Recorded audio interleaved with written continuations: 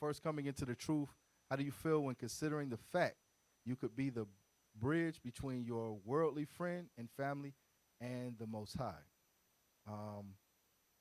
Second question, how long do you try to bring said friend and family outside of your household along? Well, I'll say this. I won't give a time, a definite time or definitive time, because discernment is a thing that's different for all of us. Or discernment is a skill that we all have to have, proving that everybody's not the same. It's different for everybody. So I don't know,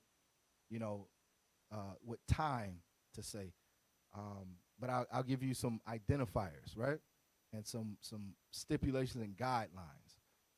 So let's do that.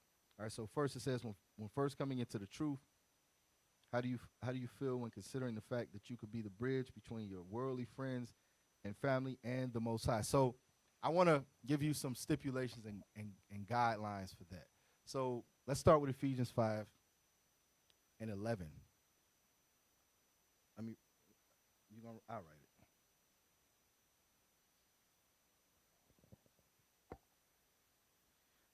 The book of Ephesians, chapter 5, verse 11. And have no fellowship with the unfruitful works of darkness. All right.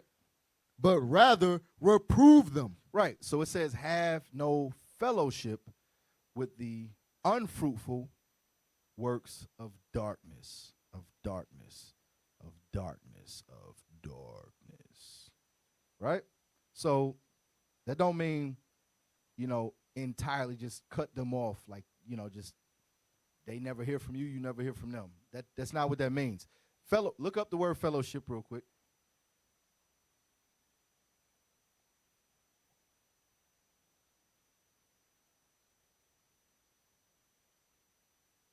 Then you got Amos 3 and 3.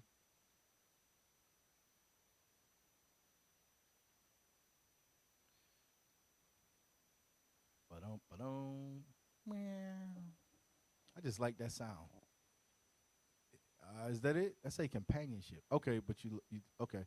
So let's get fellowship in the screen at least. Scroll down a little bit, right there. All right. So as you can see, it says companionship or company, right? So that's part of it. That's part of it. Hold that right there. Let's get Sirach. The book of Sirach, chapter 6, verse 34. Stand in the multitude of the elders and cleave unto him that is wise. Read. Be willing to hear every godly discourse. Be willing to hear every godly discourse. That's why brothers come to the table. You just stand around. Just like me, you will never, I mean never, see me somewhere else. If leadership is there, since I had fringes on my shirt of any sort. Because when I first came in, it was just on the front. And that took a month to do. That took me a month. Not a month. Month. Yeah, a month to get them joints on the front. And they wasn't up there all the way. You know what I'm saying? But from the root all the way to now, you will never see me somewhere. If the leadership is somewhere, I'm there. Like, just listen. I'm not talking about talking. No, just like seeing what you can glean. He been around me for a long time. Am I lying? No, sir. That's what it's talking about. That's what it's talking about. And that's how you learn and grow and strengthen your spirit, strengthen your faith. You know what I mean? But it says, stand in the multitude of the elders. Why are we reading this? Because the Lord is establishing plainly who to spend time around. Put the definition back on the screen. Who to spend time around, right? And these are the stipulations or guidelines for that relationship with those friends and family of the world, right? And your soul in this truth, right? It says companionship and company, right? Read that again, verse 34, in Sirach 6. Verse 34. Stand in the multitude of the elders. Watch this. And cleave unto him that is wise. There is no wisdom out there. None. Not a little bit. There is no wisdom out there. So when we go back to Ephesians chapter chapter 5, verse 11. Read that again. The book of Ephesians, chapter 5, verse 11. And have no fellowship with the unfruitful works of darkness, but rather reprove them. So sometimes it might happen that you find yourself in their presence, not in their fellowship, right? Go back to fellowship. Scroll down a little bit. So watch, it says at 2. At 2, you see definition 2 right there. It says community of interest, meaning you're interested in communing with them, right? Activity, feeling, or experience their fellowship. So it's, and then it says the definition B. It says the state of being a fellow or associate, right? That means that you cool with them. You can never teach somebody that they're doing wrong while they're doing it and you're okay with it. You can never do that. You can never do, they'll never learn, right? It says a company of equals or friends. A company of equals or friends. Now get Sirach chapter 13, verse 15. Sirach chapter 13, verse 15. We're going to come right back to this. The book of Sirach, chapter 13, verse 15. Come on. Every beast loveth his like. It says every beast loveth his like. Come on. So sometimes we don't cut people off because we agree a little bit still. We still a little bit cool with that. But we don't want to say, you know, I'm still a little bit into sin. Sometimes we'll just mask it with, I'm trying to show you the right way. I'm not saying nobody in here, but again, we're going to go over these stipulations and guidelines. All right? Go ahead. The book of Sirach, chapter 13, verse 15. Come on. Every beast loveth his like, and every man loveth his neighbor. And every man loveth his neighbor. That's what some of the words, put the definition back up there. Some of the words we read here was friend, associates, equals, fellow. Go ahead. I see comradely, comrade right there, right? Go ahead. Membership, partnership, right? Go ahead. Verse 16, all flesh consorteth according to kind. The Bible says all flesh assorteth to kind. According to kind. No, I'm not on the bishop, deacons, captains, some of the captains level. No, I'm not. No, I'm not. But I'm trying to get there. So that's all. I'm not going to be nowhere else. You're not going to see it. You're not going to see it. You see that? Understand Captain Yawanathan has the devil and he's gone off. Say, for a surety, that nigga done left. He is no longer with us. Yeah, he's left the building. Believe that you see me anywhere else. Go ahead. Leadership somewhere and I'm somewhere else. Understand. Damn, Cap gone. Damn. Straight up. Straight up. Watch this. Go ahead. Read on. And a man will cleave to his like. And a man will cleave to his like. So it's important that we not comforting ourselves with some, because this is what happens a lot. And I was going to go over this too, because it's a lot of stuff I see that, you know, I got to deal with. But what happens a lot, even when we choose counselors, we come up in here, right? It's more prevalent with the sisters. Women do this a lot. What people do, not just the one, because brothers be doing it too, but typically women. But what people do is they pick a counselor based on, I say, because they say, they'll ask me, or they'll ask, you know, leadership, they'll say, you know, how do I go about getting a counselor of 1,000? Like, what does it mean? We break it down, boom, boom, boom. This is what it means. This is what it is. This is how it should look, X, Y, and Z. Is it somebody who you've proven to, you know? And that's really I ain't going to say a trick question, but it's kind of is oxymoron the right word for that? I don't know, oxymoron? Who's good at words? You went to college, bro? Oh, you ain't good at words. Who went to college in here? I'm just messing with you. He is smart. Yes, it's sort of a thank you. You good at words, bro. Why you ain't say that? He did say it. I'm just messing with you. Right? So it's a combination of contradict. Yeah, not that.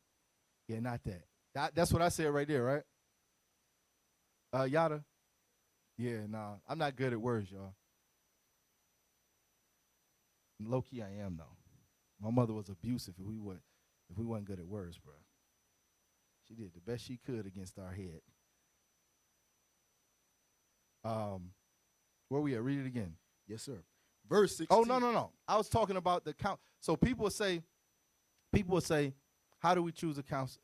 You know, go through all that, boom, boom, boom, boom. And it's really a rhetorical question because I want to gauge a person's spirit.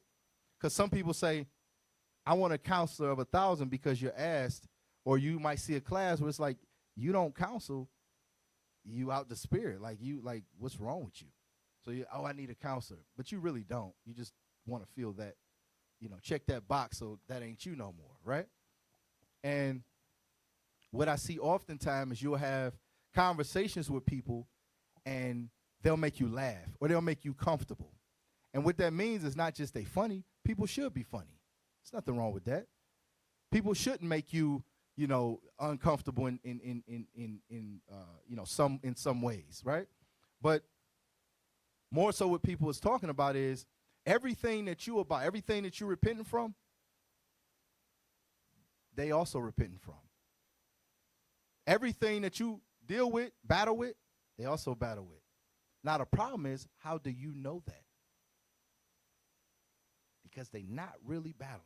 So they make you feel comfortable. So you agree together. Amos 3:3. You agree together. So then you can walk together. So you're not really battling, they're not really battling, and you peep it.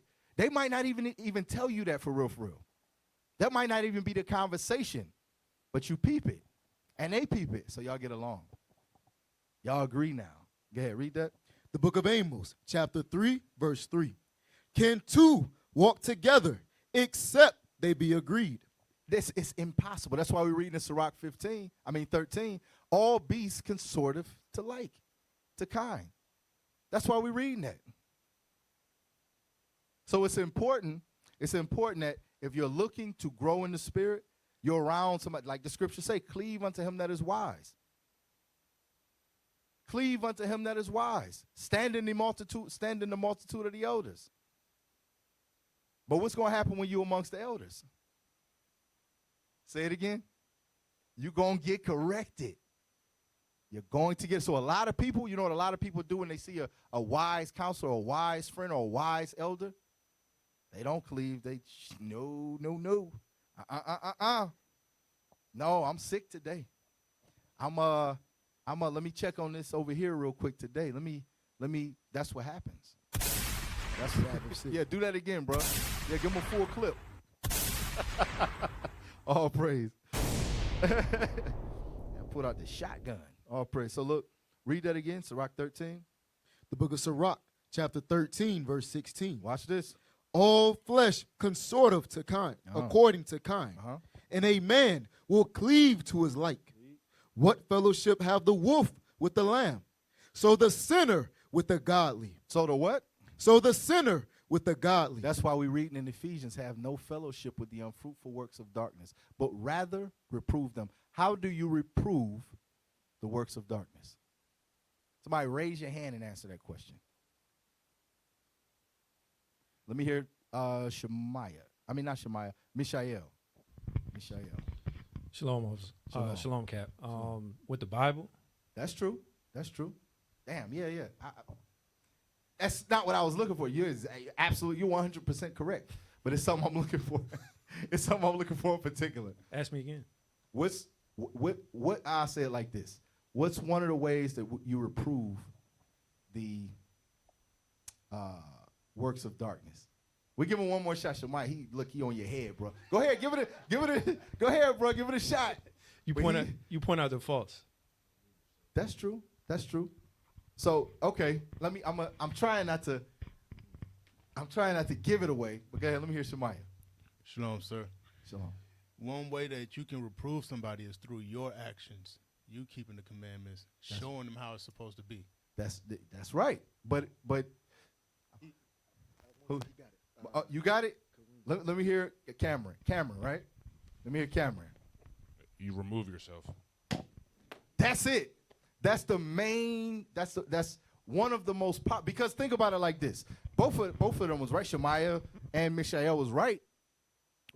But the issue is, do you typically stick around after you cut somebody out? Somebody got to bounce. They're uncomfortable now, especially if you're unrelenting. Especially if they're unrelenting. But what if it's at the Christmas party? But look, we just, for the sake of the equation, right? What if it's at the Christmas party? Who's going to leave? Not them, so who's going to leave? It's got to be you. So ain't nobody it's separation, or remove yourself has to happen for all intents and purposes. And that is if they love you, because it's not like there's no love there, right? Family, we love our family, we love our friends, right? But if they're not willing to change, they don't love you enough. They don't love you enough, and it is what it is. It is what it is, right? Go to Book of Matthew, chapter 5, verse 29. And if thy right eye offend thee, pluck it out, and cast it from thee. For it is profitable for thee that one of thy members should perish, and not that thy whole body should be cast into hell. And if thy right hand offend thee. Now, what we typically call our ace boom coon, that right hand. That's my dude, man. That was my heart. That was my flesh, right? That's my right hand. If thy right hand, go ahead. And if thy right hand offend thee, cut it off, and cast it from thee. And cast it from thee. Read. For it is profitable for thee that one of thy members should perish. Come on. And not that thy whole body should be cast into hell. Right. So sometimes that's what it comes to. Everybody, listen, every soul don't belong to the Lord in righteousness. We ain't all, it says many are called, but few are chosen. So that's even for us up in here. So you can, all the more for the, family, friends, and loved ones out there. Like, our example is the best way we can lead them, like Shemaiah said. Us reproving them with the scriptures, like Mishael said, is one thing. But after that happens, it's not, just like, for instance, this is what you might notice, bro.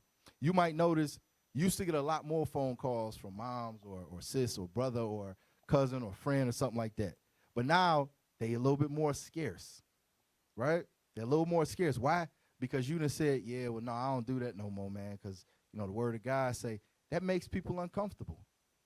Because it's not like they think you wrong.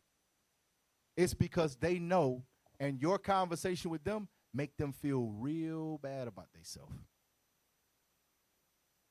You understand? You're the example of righteousness. They're like, I ain't ready to stop being a whoremonger. I ain't ready to stop being a thief. I'm not ready to stop being a liar. I'm not ready to stop being covetous. I'm not ready to stop being all of those things. And neither do I believe I can be. So you just make me uncomfortable.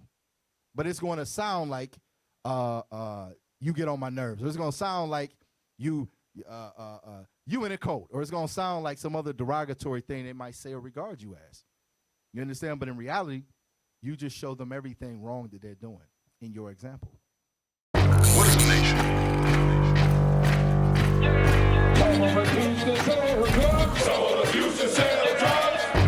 Nation is men leading by example.